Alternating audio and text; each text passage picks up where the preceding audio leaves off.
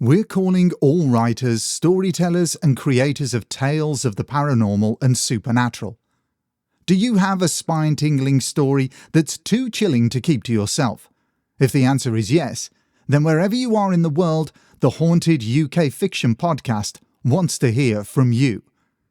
Whether you're a published author, an aspiring writer, or someone with a natural gift for storytelling, this is your chance to share your work with a global audience of listeners who crave the eerie, the unexplained, the otherworldly. We're looking for original fictional short stories or novellas with strong paranormal or supernatural themes. Your stories can be suspenseful, mysterious, atmospheric, terrifying, thought-provoking, even darkly magical. If your story is selected, we'll professionally narrate, record, mix, and master it into an audiobook-style format, then feature it on the show. You'll get a copy of the finished production to use however you like, and you'll retain full ownership of your work. There are no fees, no contracts, and no hidden jargon. Your story deserves to be heard.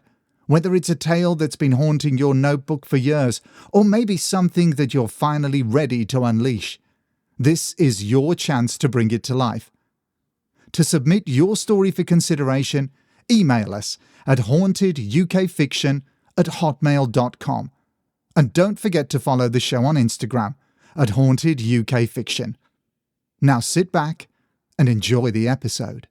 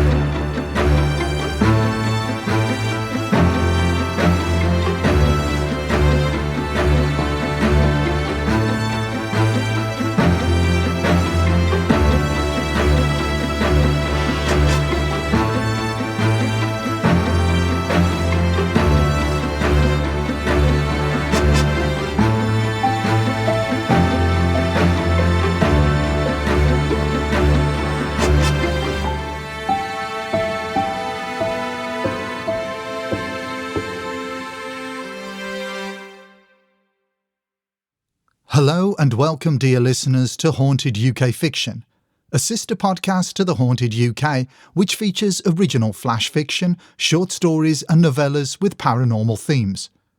All stories you will hear were written by a collection of talented writers, authors and storytellers, both independent and professional. In today's episode, we'll be reading a true Christmas horror story called The Retribution of Parson Beelzebub Brown, which was sent in to us by Jed Vesper. Jed Vesper is a horror writer with a taste for the macabre and strange. His home county of Yorkshire, UK, is steeped in atmosphere and inspiration for the ghoulish and the ghostly, so he fits right in. His debut anthologies, Tales of Dread and Dismay, Volumes 1 and 2, are available in ebook format from Amazon worldwide. Jed has also appeared in the BHF Books of Horror Stories in Book 8, Special Cannibal Edition, and Book 11, a folklore horror special. Jed's stories have also been published on the Planet Raconteur podcast, as well as Nocturnal Transmissions podcast. Jed is usually most active around the witching hour. That's when the company is best. He sincerely hopes you are disturbed by his stories. Get comfortable. Grab a little something to sip on, perhaps cuddle up under a blanket to help offset the chills coming your way. And let's dive into the story. In the meadow we can build a snowman and pretend that he is Parson Brown. Excerpt from Winter Wonderland, F. Bernard and R. B. Smith, 1934. Bastards! With shaking fingers, the squat clergyman parted the drapes on a sliver of his window. They were in the parsonage grounds again, sneaking about in the snow like shithouse rats. Parson Brown knew he shouldn't even be thinking such profane language, but the village riffraff were enough to drive a saint to hell. Skulking about, staying close to the stout walls, they dodged between clusters of trees in the capacious churchyard. They had no shame. The dead were trying to rest in peace out there, beneath their galloping boots. And on Christmas Eve of all sacred nights. Why were they trying to conceal themselves? Oh Lord, had they seen the curtains twitch? He pulled his hand quickly away, as though stung by a wasp. His nightmare had begun almost as soon as he had taken up his post at Malmeadow Church of the Enlightenment. He had soon realised that the parishioners indeed needed enlightening. A village made up of illiterate, illegitimate, and inebriate. He had seen it as a challenge which he readily accepted, a part of his vocation. The church had been the only salvation for he and his mother when he was a boy, and it had been the catalyst for his work as a missionary during the early years of his religious career. His father, Braxton Brown, had been a cruel, intolerant man who ruled by fear. Working as the village blacksmith had given him bulging arm muscles, the fists of which frequently beat upon his mother and himself. The tyrant resented his wife taking the boy to church on Sundays, but Beelzebub wished the weekends away, longing for the time to arrive when he would feel the cold comfort of a hard wooden pew beneath his welted backside. Beelzebub! He had even forced his wife to name their son Beelzebub. Hence, the church had refused to baptize him. That had been his father's condition for allowing Sweet Mary to take the boy to church. The devil will be in church with her every Sunday. Mary ensured that they had kept themselves to themselves at the services. They were simply known as Mrs. Brown and young Master Brown. Truth told, Braxton had always been glad to be rid of his wife and son for a couple of hours, and by the time they returned, he would certainly have been communing with the demon alcohol. The parson held his breath, listening hard.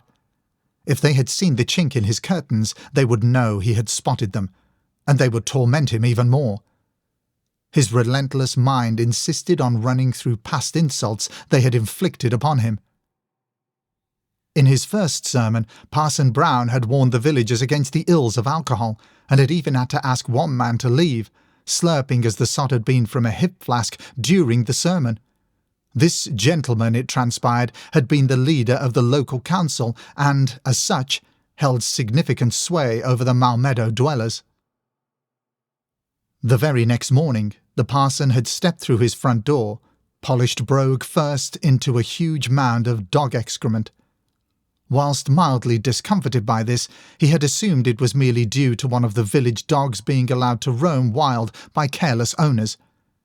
He had quickly begun to formulate the theme for the following week's sermon on the topic of responsibility for the actions of oneself and one's animals. Then the leaflets started to arrive in the post. Quality wigs at affordable prices. Erectile dysfunction. Don't be deflated. Will perk Percy right up. Lose weight fast simply by purchasing these pills.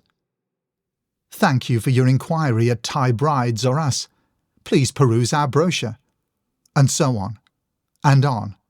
Never ending. Most disconcerting of all had been an email sent through to his work account of parsonbrown@malmeadowchurch.com. We are Suicide Solution. So sorry to hear you have been feeling down. We're here to supply the means, when you feel the need, to end your suffering. Surreptitiously, he placed a reddening eye once again to the gap in the thick velvety drapes. Looking out over the broad expanse of graveyard, he was shocked to see that the numbers of interlopers had increased. Either that, or the waxen moonlight was tricking his eyes.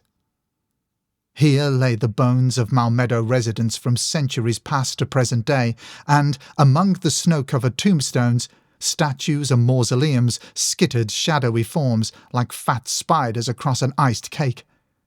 The good parson saw that the silhouettes ranged in form: tall, short, fat, slender, male, female, diminutive and strapping.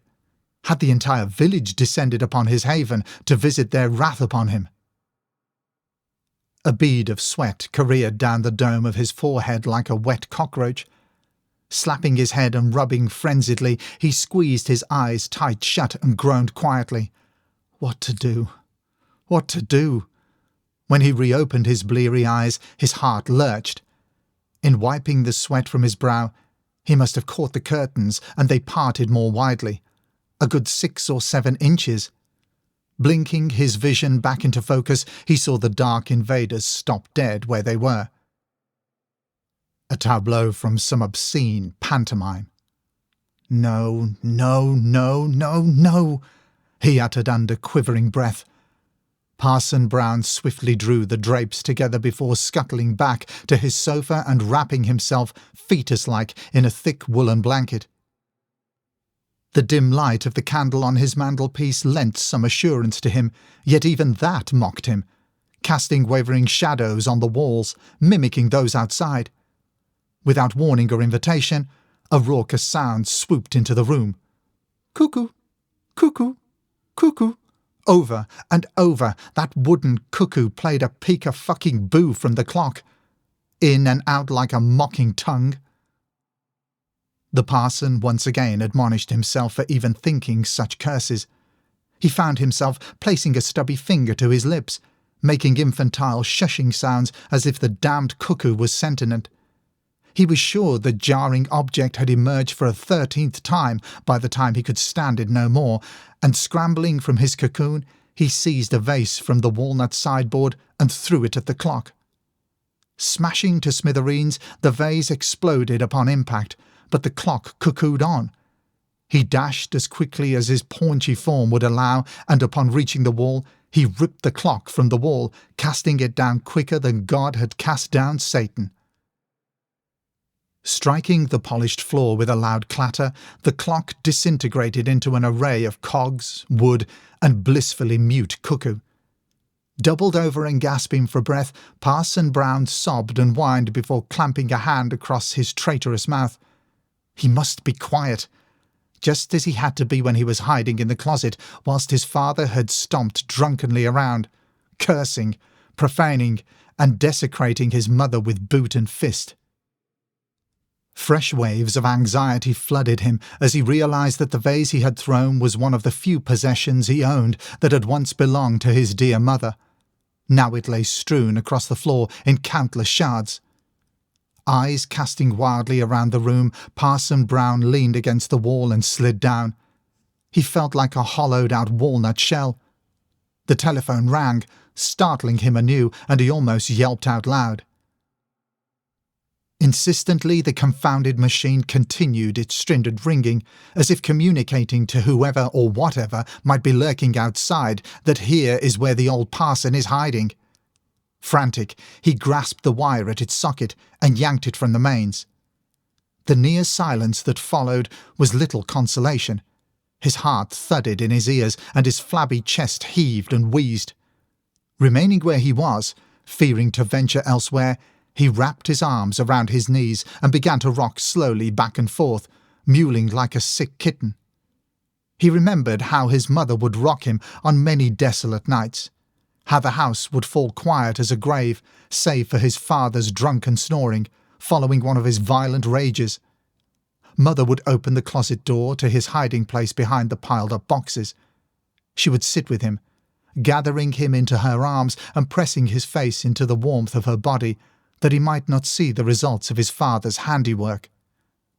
But he could hear her quietly sobbing as she shushed him, and he could smell the coppery tang of her blood. "Hush, little baby," she would gently hum. "Hush, little baby, don't say a word."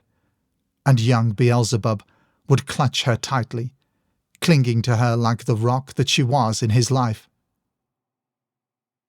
Another resounding bump ripped him from his dark reverie, and he almost lost control of his bladder.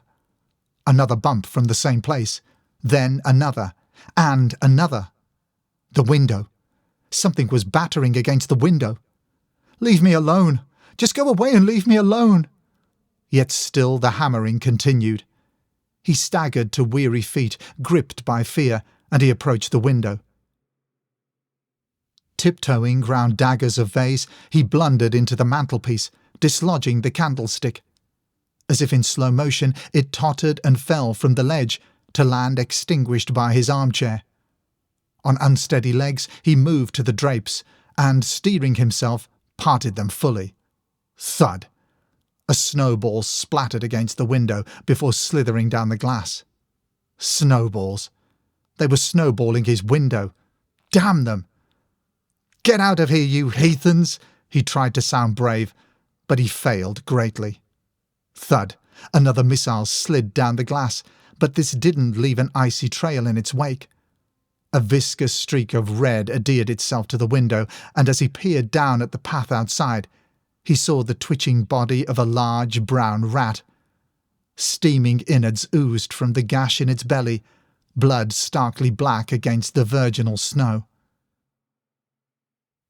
A leering face with twisted features appeared at the window, pressing hard against the sticky glass. A sick grin revealed blackened and broken teeth. Even through the glass, the parson heard guttural chuckling, and a sound not too dissimilar to an orgasmic moan. The reprobate outside flickered his tongue and drew it along the panes in long, slurping licks.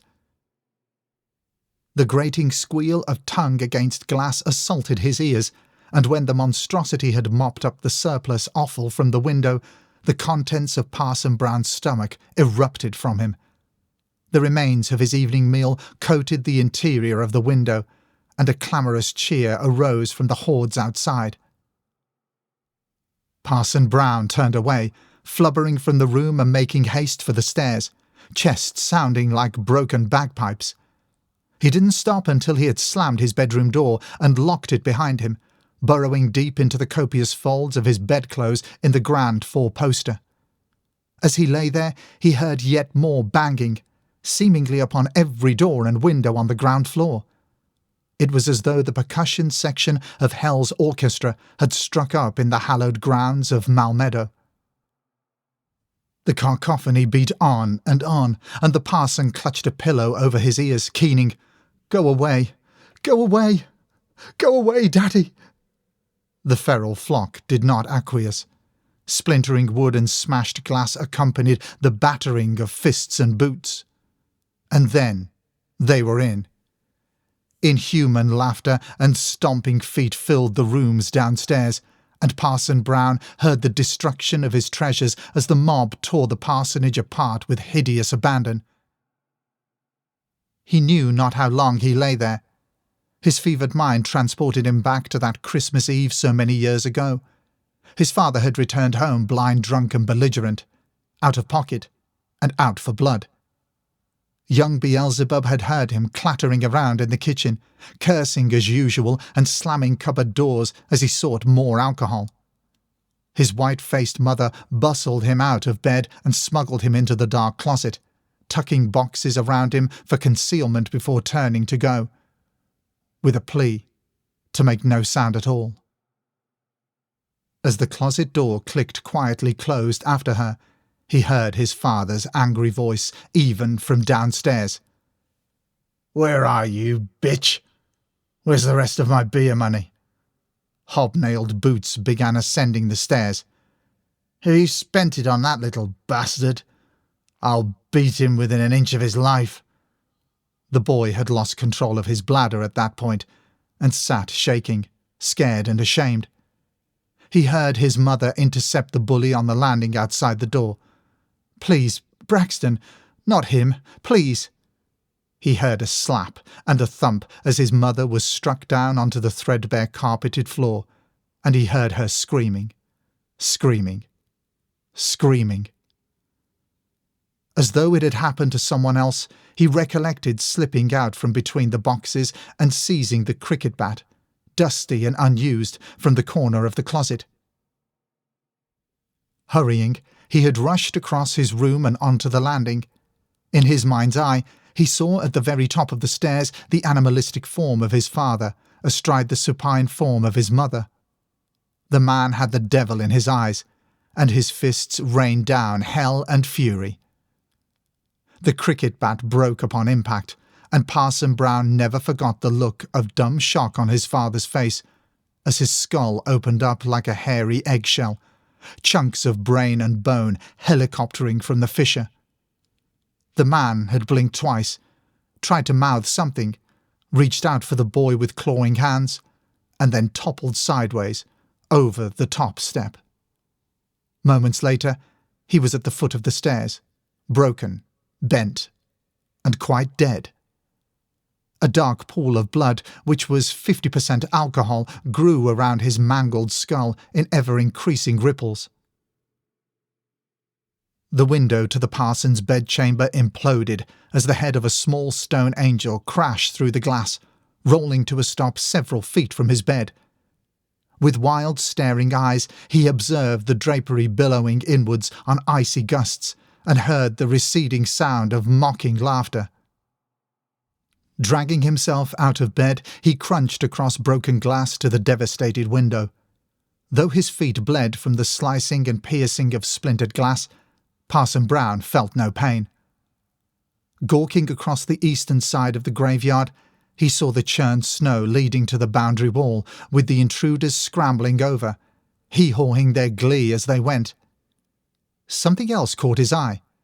Beneath the spreading oak stood a figure, rotund and squat. Was someone still watching him? Squinting his eyes, he endeavoured to establish more detail. As he did so, a deep anger rose up inside him.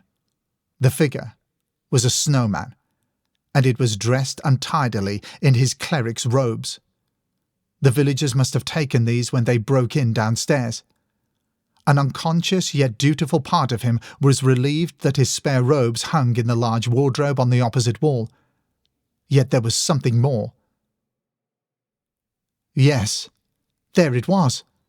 Tied to a thick bough of the oak was a stout length of rope. It dangled from there to rest around what was supposed to be the snowman's neck, where it formed a noose.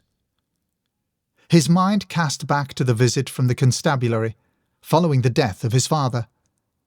He had heard the policeman banging on the door, a disturbance having been reported by concerned neighbours.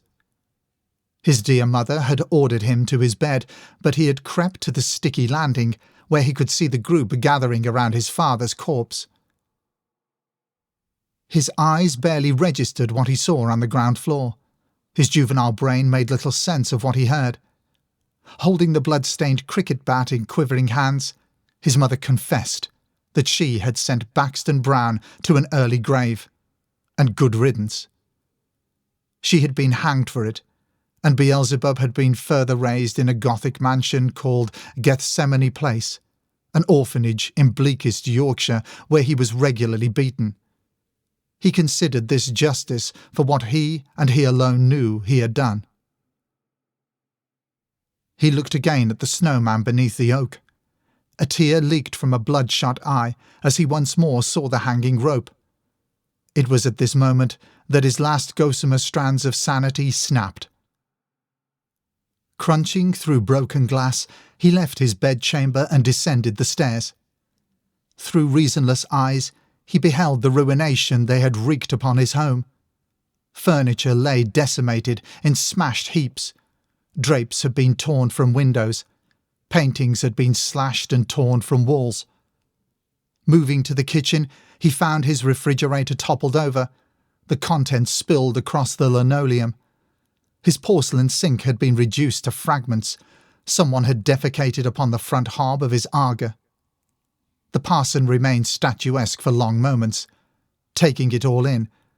Then he donned his warm coat, boots, and hat, and strode through a back doorway from which hung the annihilated remains of a door. Delving into his pocket, his chunky fingers found the key to the greenhouse. It would be warm in there, and it contained everything he would need. An unexpected sound caused him to veer away from the greenhouse. The faint sound of someone in pain. Slushing through the snow, he followed the cries for help. The youth lay at the edge of the graveyard, writhing and clutching his ankle.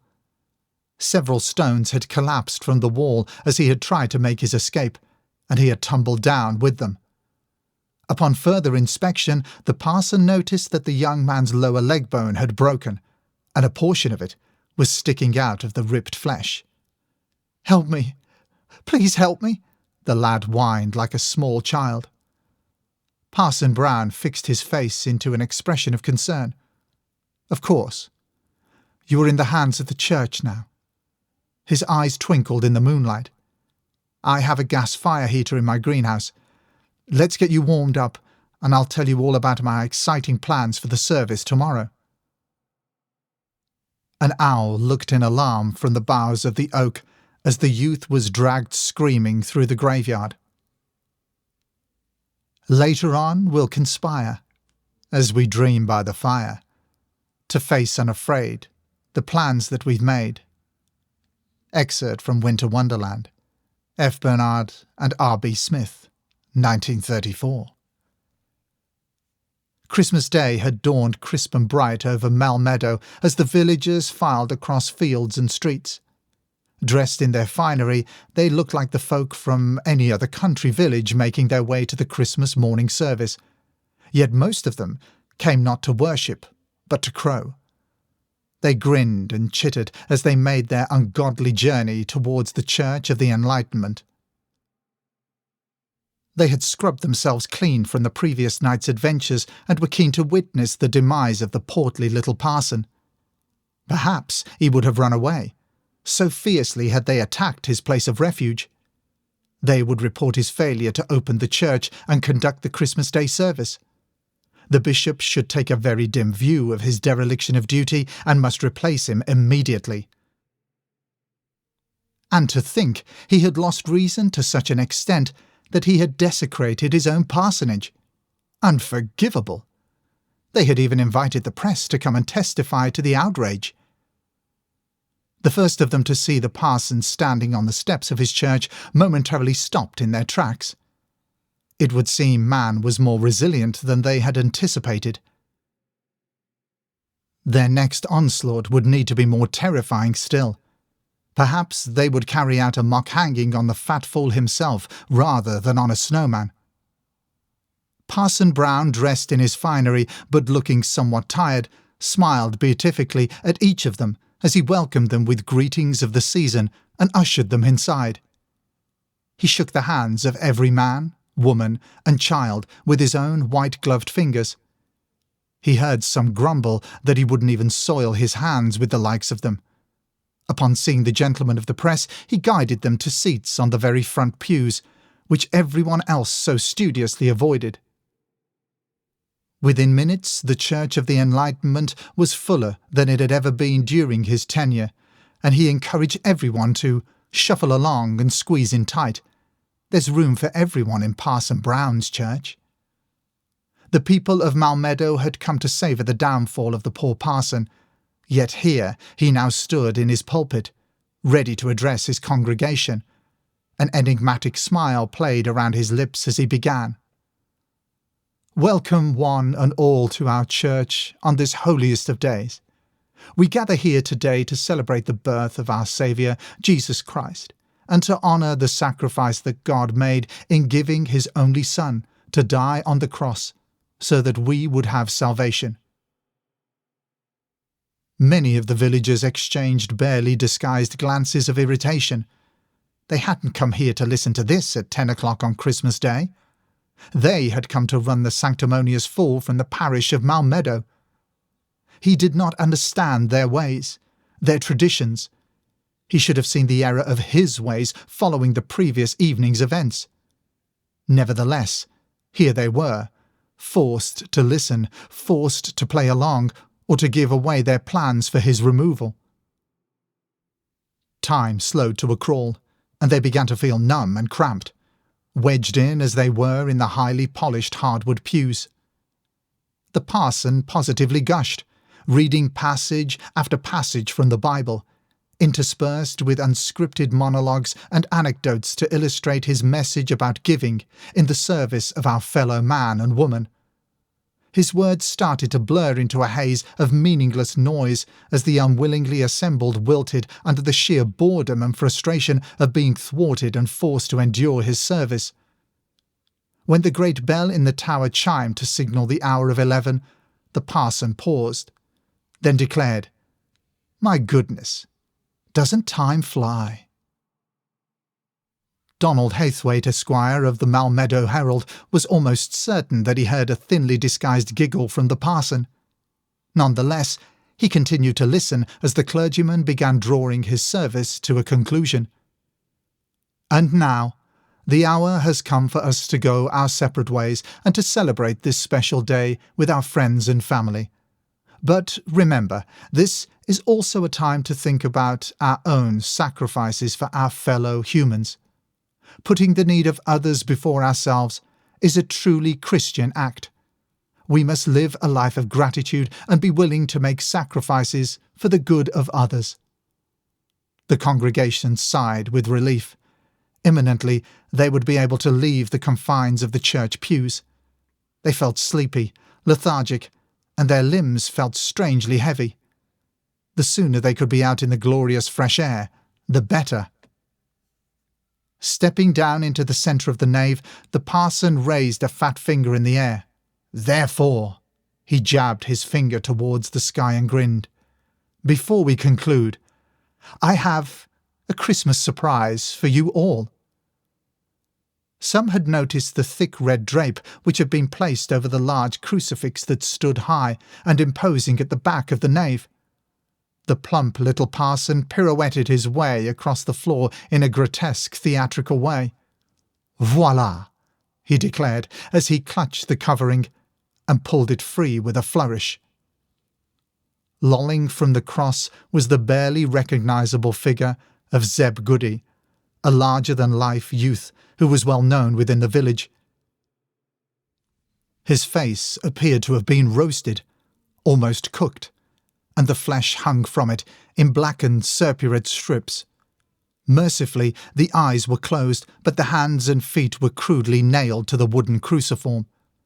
The lower part of one leg revealed an expanse of broken bone.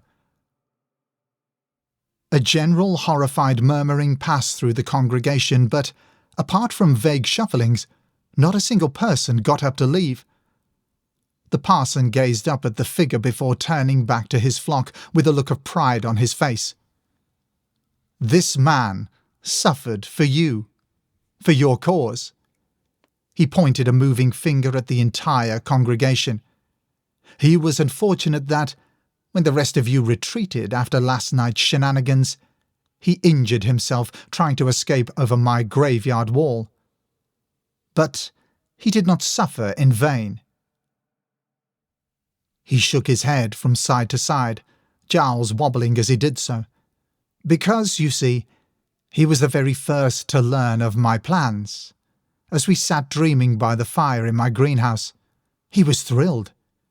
When I pressed his face against the hot metal of the heater and outlined my intentions, he screamed with excitement, and he screamed for a long time." As if on cue, a faint whimpering emerged from the broken form of Zeb Goody, and his bloodshot eyes flicked open. One of the gathered churchgoers even managed a small yelp of shock at realizing the poor soul was still clinging to life.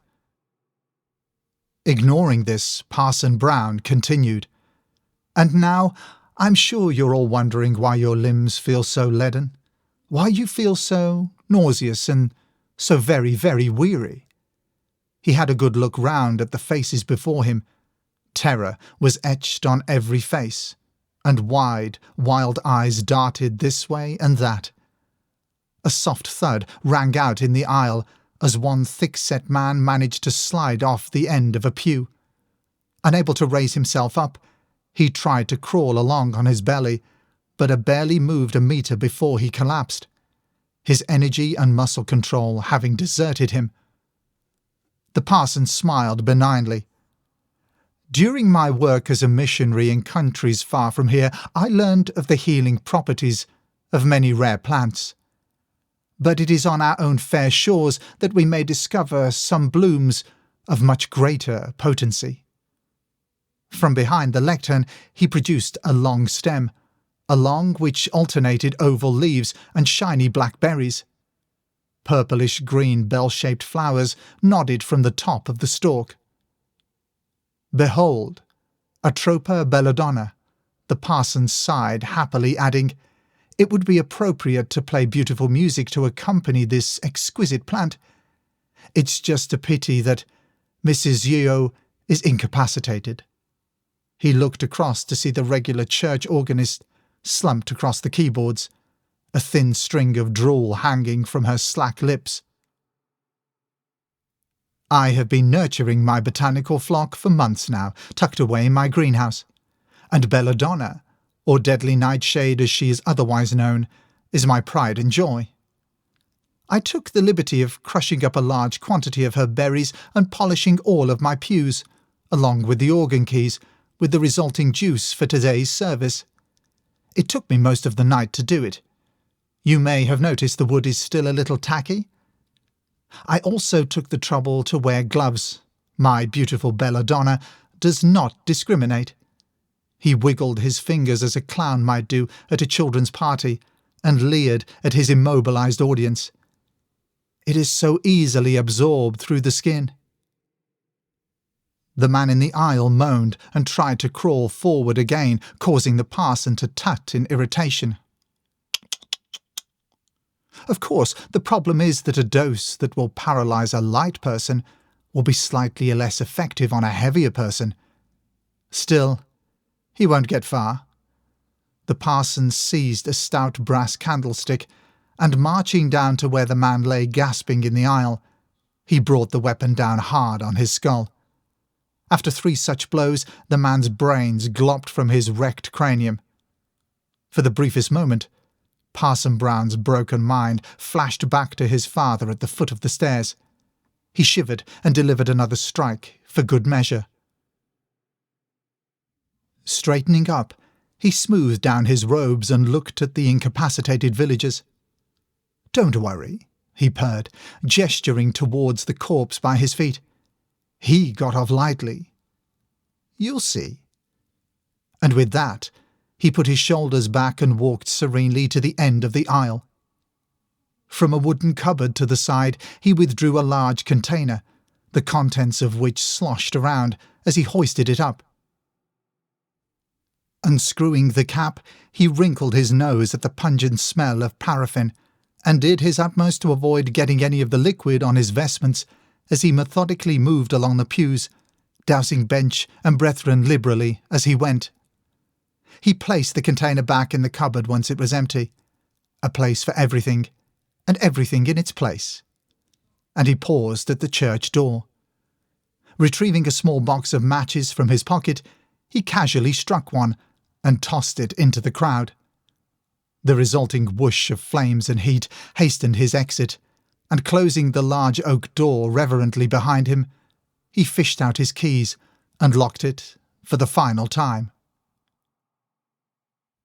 Parson Brown strode purposefully through the deserted lane as his church blazed, belching enormous plumes of smoke and painting the blue sky black. He did not look back once. He had one more task to perform before his work was finished. Fixing his gaze straight ahead, he set his path for the graveyard. Within those hallowed grounds stood a mighty oak, and from it dangled a rope, with the noose already made. That brings us to the end of this episode, and we truly hope you enjoyed this terrifying tale. If you would like to hear more from Jed Vesper, you can find all details of Jed's past, present, and future writing projects on his Facebook page, Jed Vesper Ghost Story and Horror Writer. And he can occasionally be found haunting X, at Jed Vesper. All information is available in the show's notes. If you have an original story that would send a chill down our spines and you would like to submit it for review, simply send it in to hauntedukfiction@hotmail.com. That's hauntedukfiction@hotmail.com. Until next time, stay safe and take care.